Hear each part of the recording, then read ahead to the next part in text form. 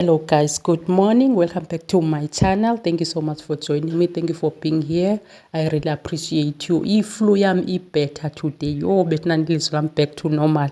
Thank you so much betna ngoba lapha ndiyanibulela kakhulu to all my subbies. Yo nindenzela into enkulu.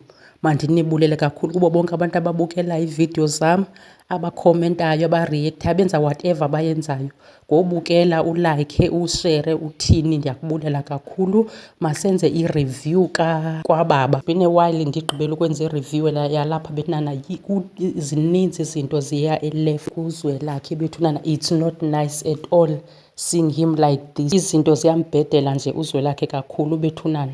Uthi usajonge le kuphinde kuzenye usajonge le ibingumtshato umbhedela kuthi kuyalotyolwa kungade kulotyolwe. Ngoku nasi ishiqi siyavela soba kungenzeka into yoba ayingowakwamkhize. Yho yina bethunana uzwelakhe. Yho intliziyo yam ibuhlungu benani into ezimehlelayo lo mntana.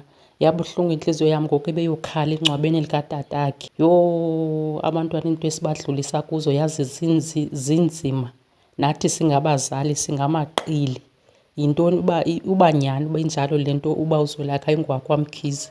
Ebethulele ntoni umamakhe olalongo and bemfakela ntoni ngentloko kwamkhize uba makaphathe kwamkhize ibe nguye inkulu, ibe nguye umntu ozophatha, ibe nguye ilidi, into ezinjalo, kanti uyamazi uba ingowalapha. Andiyazi nje imumishi eza kwenziwa ngumusa isovakala into obuzwelakhe ayingowalapha because kaloku noba ebekade ebanjelwe imali engazinikwa imali, engazinikwa i-allowance, uzawuthini? Uzawuthi bekade engayinikwa imali yakowabo abe uzwelakhe engengowalapha. Yho yina bethunana zwelakhe. Silindele ii-results ke ze-DNA because i-DNA uyenzile uzwelakhe, so silindele i-result. And I have a new love for umfazi kaMhlaba. Yho unkosikazi kaMhlaba ndiyamthanda yazi. Ndimthandela into enye, angayekeli nje laa mama adlalele phezu kwentloko yakhe. And ke ndithanda le nto kuthiwa isikhuni sibuya nomkhwezile. Abize ifemeli yakhe lo nkosikazi ecinga fanuba uzompela unkosikazi. Yonke into izawuba ngakuye, wathi uNkulunkulu not namhlanje Satan mawucace le nto uyiyo, mawudule uvele. And kule case ke unyanisile ugcwabe naye makakhe amgxothe, makahambe shem unkosikazi kaMhlaba ayozifunela indawo yakhe noba yiRome irayithi, ahambe ayozihlalela. Uba uMhlaba uyafuna umlandela uzamlandela.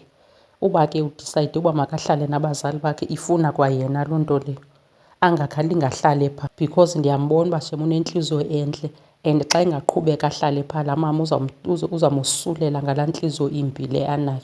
And ke xa sitshekha ii-teasers zika-Agasti zithi kunesikrethi enkulu esazovela kazwelakhe and then kukhona izinto ezizotshintsha. Yeyi lo mntu lona hayi man, this guy doesn't catch a break. Ziyamshubela nje ziyamshubela. Asazi ke noba umtshato ilobola izawude iqhubeke yona okanye kuzawuthini bethunana uzwelakhe. Andazi mna for mna personally I'm not worried ngozwelakhe. Even if akanguye umkhize uzwelakhe uzawuba rayithi, uzawukwazi uzwelakhe uziqalela ibhizinesi yakhe and then izawuqhubeka ibhizinesi yakhe ibe nkulu futhi because ukwazile uthatha ibhizinesi katata wakhe or umntu ebecinga ngutata wakhe ayikhulise ibe le nto iyiyo namhlanje. So noba kanguye umkhize uzawuba rayithi uzwelakhe, enoba humi nje by his side uzoba rayithi. In fact mna ndirhalela kuthiwa ayingokwamkhize, azotsho aphume ekuphatheni laa bhizinesi, azotsho ayeke usokoliswa. Uyasokoliswa kakhulu uzwelakhe ngogcwabe, athi ezamele ifemeli asokoliswe. Naba nomusa beba-entitled, umntu akafuni usebenza kodwa ufuna imali, ufuna urhola. So uba uzwelakhe namakabili asebenze nzima ogqiba yena athathe ngofumana imali nje, uyayibona uba i-unfair. Ndiyarhalela nje mna izithi results ziphume zisithi ayingomkhize and then it's either umusa ateke over ibhizinesi, azotsho ave uba uphatha ibhizinesi uba kunjani. Njebe nje egcwele ukudlala okwangoku efuna imali kodwa akafuni usebenza.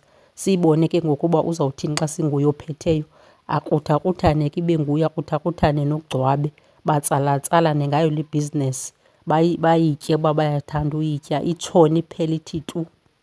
And ndiyamvuyela uMhlaba bethunana ethe wafumana umsebenzi oseparate, umsebenzi wakhe akwazi uzisebenzela. Ingathi angangaphinda abuye ke kule family business aqhubeke ezisebenzela kule ndawo asebenza kuyo, azotsho abe honest because ukuba phantsi kwesandla sikatata wakhe uzibonile uba akakwazi uba abe honest. uzibonile nje wenza izinto ezirongo xa iphantsi kotata wakhe, umfundisa into ezingezisongo. So aqhubeke azisebenzele azokwazi uzithengela indlu yakhe noNeli. uNeli yena ingathi bangabe bephuma in a meantime phaa kulaa ndlu, bahambe bozifunela noba yiloo backroom.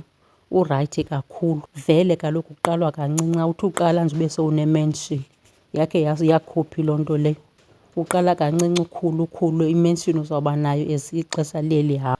Okay guys, mandiyibeke apha le review yanamhlanje. Thank you so much for watching. Do not forget to subscribe if you haven't subscribed yet. Until next time, bye for now.